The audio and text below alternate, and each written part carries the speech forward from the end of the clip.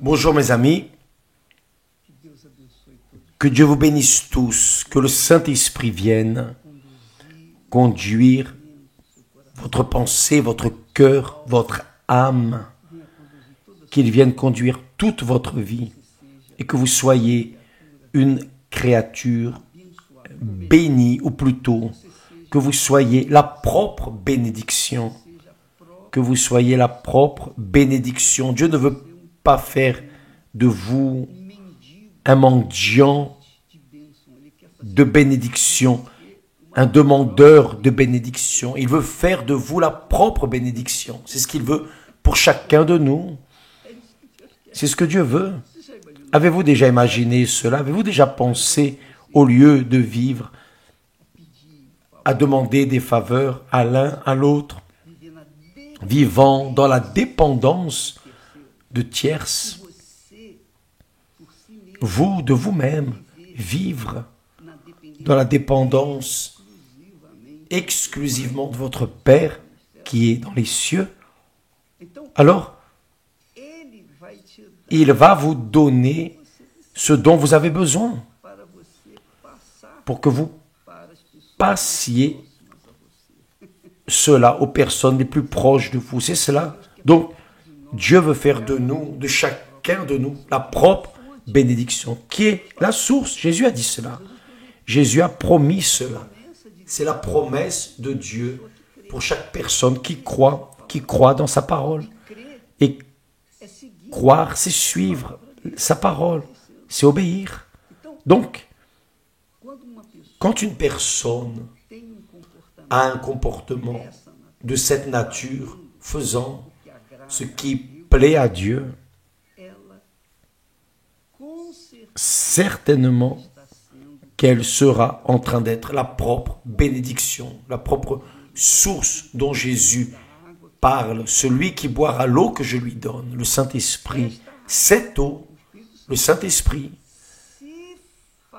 deviendra en lui une source qui jaillira dans la vie éternelle, non pour une vie séculière, mais pour toute l'éternité. Mais pour que cela se produise, bien sûr, vous devez avoir le Saint-Esprit, vous devez recevoir le Saint-Esprit, vous devez boire l'eau qui est le Saint-Esprit. Donc aujourd'hui, quand vous irez à l'église, dans votre église, votre dénomination, quelle que soit l'église à laquelle vous appartenez, allez avec la soif de recevoir le Saint-Esprit. À l'église universelle, les pasteurs ont cet objectif. Nous savons que si la personne ne reçoit pas le Saint-Esprit, le travail sera voué à l'échec.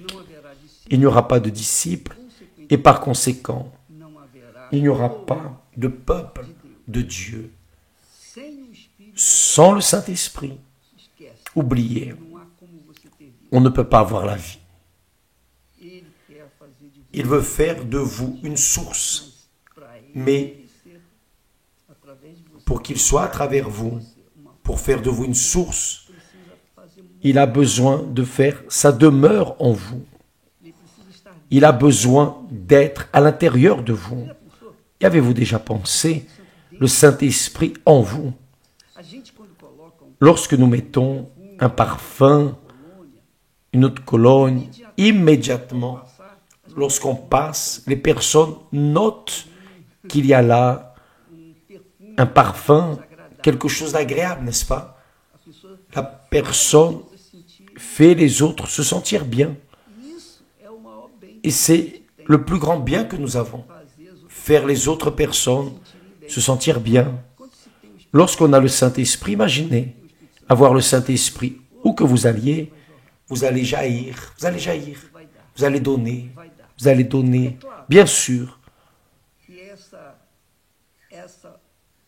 Cette loi de la vie éternelle ne s'applique pas aux personnes qui aiment le désordre, les personnes qui aiment le désordre. Vous savez, ces personnes qui n'aiment pas de prendre un bain, de se préparer, qui n'aiment pas prendre soin de leur corps, n'aiment pas l'ordre, la discipline, elles n'aiment rien. Les personnes veulent vivre librement, ne donner de compte à personne, ni même à leur esprit. Ces personnes veulent profiter. Elles veulent profiter. Bien, mes amis, ces personnes, évidemment, ne veulent pas s'adapter au royaume de Dieu, parce que le royaume de Dieu est un royaume de discipline. C'est un royaume d'ordre. C'est le royaume où un seul est Seigneur. Un seul est Seigneur et Dieu. Et nous tous, nous sommes de simples serviteurs. Mais quel serviteur rempli du Saint-Esprit? Voyez, c'est la volonté de Dieu pour votre vie. Les personnes demandent, évêque, quelle est la volonté de Dieu pour ma vie? Faites attention, faites très attention. Jésus a dit, tout ce que vous voulez que les hommes fassent pour vous, faites-le de même pour eux. Faites-le de même pour eux. Donc, tout ce que je veux pour vous, c'est ce que Dieu m'a donné. Si j'ai ce propos, si j'ai cette détermination, si j'ai cette foi de donner aux personnes ce que Dieu m'a donné, alors je suis en train d'accomplir la volonté de Dieu. Je suis en train de faire la volonté de Dieu. C'est cela. Et plus nous donnons, plus nous recevons. Donc, il dit, tout ce que vous voulez que les hommes fassent pour vous, faites-le de même pour eux. Car c'est la loi et les prophètes, c'est-à-dire, c'est l'accomplissement de la loi et de toutes les prophéties. Donc, par exemple, dans le jeûne de Daniel, que nous commencerons le 25, vous savez déjà comment cela va fonctionner, comment ça fonctionne. Jeûne d'information, jeûne de loisir, la pensée, notre intellect va plonger, s'immerger dans les pensées de Dieu, dans la parole de Dieu. Nous allons lire la Bible, nous allons penser seulement à ce que Dieu pense, à ce que Dieu a dit, juste cela. En plus de cela, évidemment, nous allons faire un pas de plus, c'est-à-dire qui veut recevoir le Saint-Esprit, qui veut recevoir le Saint-Esprit, qui est disposé à vraiment sacrifier. C'est une chose de sacrifier de l'argent, de mettre des biens sur l'autel, et une autre chose, c'est de sacrifier votre pensée, votre cœur, votre corps en faveur de ce que vous voulez. Dans un mariage qui sera pour toute l'éternité. Le mariage avec Dieu, c'est le Saint-Esprit. Recevoir le Saint-Esprit. Donc, lorsque vous plongez votre pensée dans les pensées de Dieu et que vous naviguez dans ces pensées, alors toutes les personnes qui seront proches de vous, vous allez vouloir pour elles ce que vous avez reçu de Dieu. C'est cela. Vous allez leur donner ce que Dieu vous a donné. Comprenez-vous ce que je suis en train de dire? Donc, avec votre mari, par exemple, vous avez des problèmes avec votre mari. Pardonnez votre mari. Mais évêque, c'est lui qui m'a trahi. D'accord, il vous a trahi. Donc, il a besoin de pardon. Parce qu'il a fait ce qui est erroné. Ce n'était pas cela. Pardonnez. Évêque, mais attendez, c'est pas juste. C'est juste. C'est Dieu qui dit. C'est Dieu qui ordonne cela. Pardonnez. Mais Seigneur, mais évêque, attendez, mon mari, tous les jours, il sort avec une femme. Tous les jours, il sort avec une autre femme. Enfin, et je vais pardonner? Oui. Pierre a demandé à Jésus, Seigneur, Combien de fois dois-je pardonner une personne? Une fois la journée? Non. 70 fois, 7 fois. C'est-à-dire 490 fois par jour. Donc vous devez pardonner aujourd'hui, d'ici peu, maintenant, pardonner d'ici peu, pardonner demain, pardonner plus tard. Enfin, vous devez vivre en pardonnant. Si vous vivez en pardonnant, alors cela montre que vous servez Dieu parce que vous faites ce que Dieu veut. Et ce n'est pas ainsi avec les personnes de dehors. Qui est du monde veut tuer, veut se venger, enfin, veut rendre la monnaie de la pièce, donnant, donnant, mais qui est de Dieu veut faire ce qui plaît à Dieu, ce qui est correct. D'accord, je pardonne, je vous pardonne. Mais il l'a fait encore, je pardonne. Vous savez ce qui va arriver? Va arriver le moment où il aura honte, mais une honte intime que le Saint-Esprit va lui donner. Il aura honte de vous trahir. C'est cela. Et vice-versa. Donc, pardonnez, pardonnez, pardonnez. Ça, c'est le traitement que de celui qui est de Dieu donne à celui qui n'est pas de Dieu. Vous ne pouvez pas attendre d'une personne qui n'est pas de Dieu vienne à se comporter en accord avec votre volonté. Non. Vous savez que, ou en accord avec vous-même, vous savez que cette créature a besoin de délivrance, donc traitez-la comme une personne malade. Traitez-la comme une personne, comme un malade de l'âme, infirme dans l'âme. Évêque, mais cela est très dur. Mes amis, laissez-moi vous dire une chose. Jésus ne demande rien qui soit impossible. Il peut demander des choses difficiles, mais il donne les outils pour que nous pratiquions ce qu'il demande. Je sais que, évêque, mais ça contrarie tout ce que j'ai appris dans ma vie. Je sais.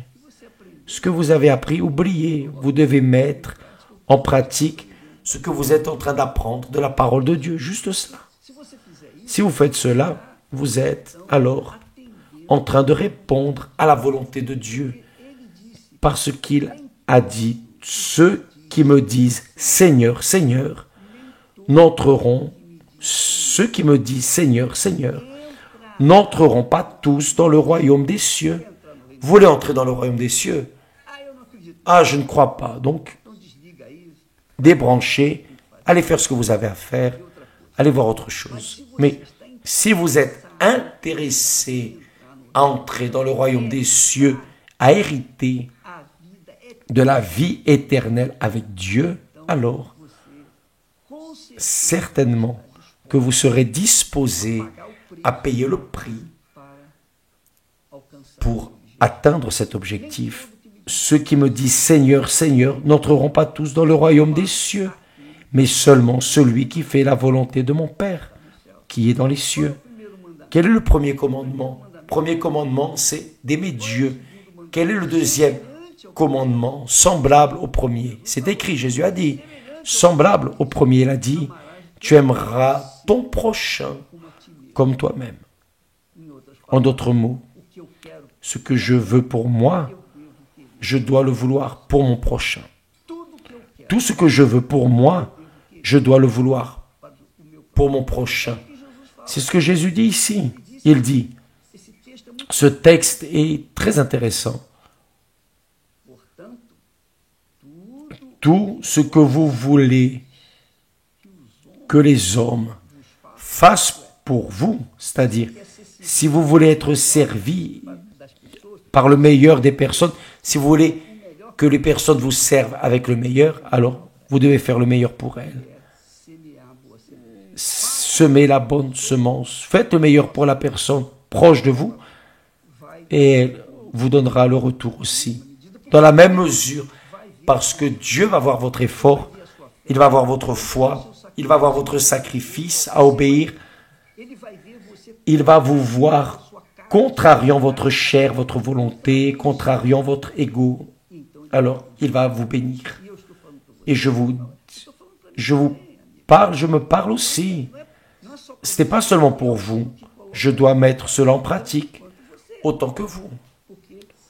Parce que si nous voulons entrer dans le royaume des cieux.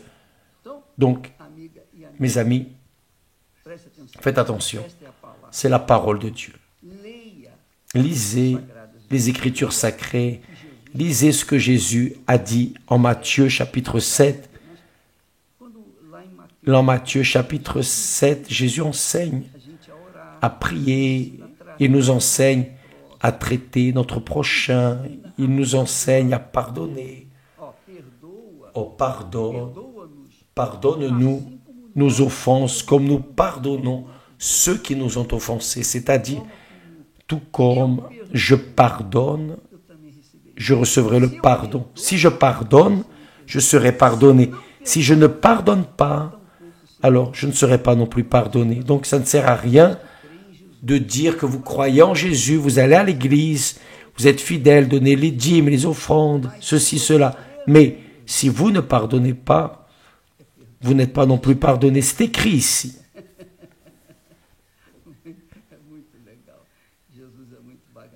Jésus est merveilleux. Il a dit,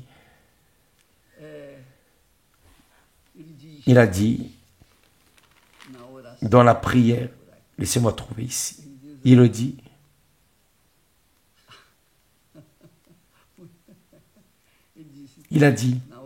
dans la prière, il dit, notre Père qui es aux cieux, que ton nom soit sanctifié, que ton règne vienne dans mon cœur, dans ma vie, que ta volonté soit faite sur la terre comme au ciel, que ton règne vienne, que ta volonté soit faite. Donne-nous aujourd'hui notre pain quotidien. Pardonne-nous nos offenses, comme nous aussi, nous pardonnons à ceux qui nous ont offensés.